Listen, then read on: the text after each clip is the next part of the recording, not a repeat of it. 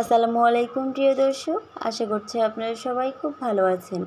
যে যেখান থেকে আমার ভিডিওটি দেখছেন সবাইকে অসংখ্য ধন্যবাদ। সাথে অনুরোধ রইল আমার চ্যানেলটিকে সাবস্ক্রাইব করার জন্য ও পাশে থাকা বেল আইকনটি প্রেস করে দেওয়ার জন্য, যাতে করে আমি নতুন কোনো ভিডিও আপলোড দেওয়ার সঙ্গে সঙ্গে তার নোটিফিকেশন আপনারা পেয়ে যাবেন। সো আজকে আমি বানাচ্ছি ডাবের পুডিং। খুব সহজে 2টি উপকরণ দিয়ে কীভাবে ডাবের পুডিং বানানো যায় সেটাই আজকে আমি আপনাদের সঙ্গে শেয়ার করছি। এর জন্য আমি প্রথমে একটি ডাব খুব সুন্দর করে ডাবের পানি ছেঁকে নিয়েছি, পরিষ্কার করে নিয়েছি একটি ছাঁকনির সাহায্যে। সো ডাবটি কচি হতে হবে ও অবশ্যই ডাবটির যেন শাঁসওয়ালা হয়। এরকম গ্রেটারের সাহায্যে আমি এখন ডাবটিকে কুড়িয়ে নিচ্ছি। হাতের কাছে গ্রেটার না থাকলে চামচের সাহায্যে খুব সুন্দরভাবে শাঁসগুলোকে তুলে নেবেন। তুলে খুব ভালো করে ছুরি দিয়ে শেপ দিয়ে নিতে পারবেন, লম্বা লম্বা করে কেটে নেবেন, কোনো সমস্যা নেই। একটি চামচের সাহায্যে আমি নারকেলগুলোকে তুলে নিচ্ছি। সো একটি ডাবের অংশ আমার কুড়িয়ে নেওয়া হয়ে গিয়েছে,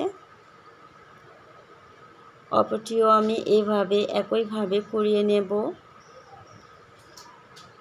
অবশ্য কচি ডাব নেওয়ার চেষ্টা করবেন, কোনো নারিকেল হবে না, নারিকেল হয় না ডাবের পুডিং বানানোর জন্য, কচি ডাব লাগবে। অবশ্যই শাঁসওয়ালা যেন হয়। ডাবের পুডিংয়ের আসল স্বাদই হচ্ছে ডাবের শাঁস। এই শাঁসটি থাকলে ডাবের পুডিংটা খেতে খুবই ভালো লাগে, অসাধারণ একটি পুডিং তৈরি হয়। সো আমার অলরেডি শাঁসগুলোকে তুলে নেওয়া হয়ে গেছে। আমি সবগুলোকে একইভাবে বাটিতে করে তুলে নিয়েছি। ডাবের পানি ও শাঁস দুটোই আমার প্রস্তুত করা হয়ে গিয়েছে। 2টি উপকরণ আমার রেডি।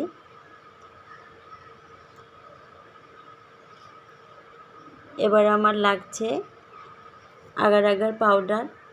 দেখতে পাচ্ছেন, আগার আগার পাউডার ছাড়া পুডিং অবশ্য ভালো হয় না। অবশ্যই পুডিং করতে গেলে আগার আগার পাউডারটি লাগে, এটা ইউজ করতেই হবে। আগার আগার পাউডার ছাড়া পুডিংটি ভালোভাবে জমতে চায় না।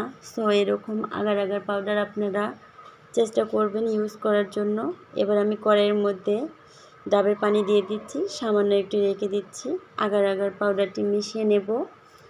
একসাথে দিলে, গরম পানিটাতে দিলে জমে যাবে, দলা পেকে যাবে। এই জন্য আমি আলাদা করে মিক্স করে নিলাম। মিক্স করে নিয়ে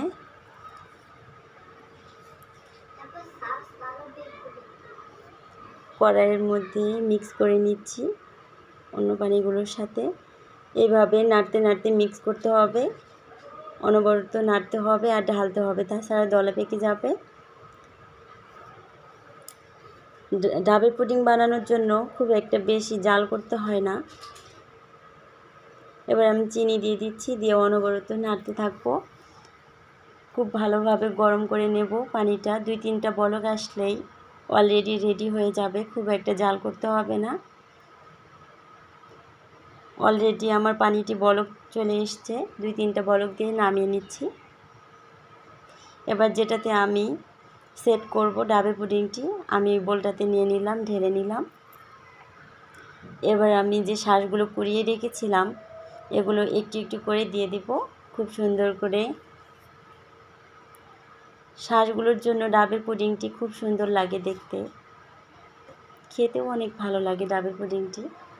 শাঁসগুলো আমার অলরেডি দেওয়া হয়ে গিয়েছে। এবার আমি আধা ঘন্টার মতো ঠান্ডা করে নেব, তারপরে ফ্রিজে আধা ঘন্টা রেখে দেখেন আমার অলরেডি ডাবের পুডিংটি তৈরি হয়ে গিয়েছে।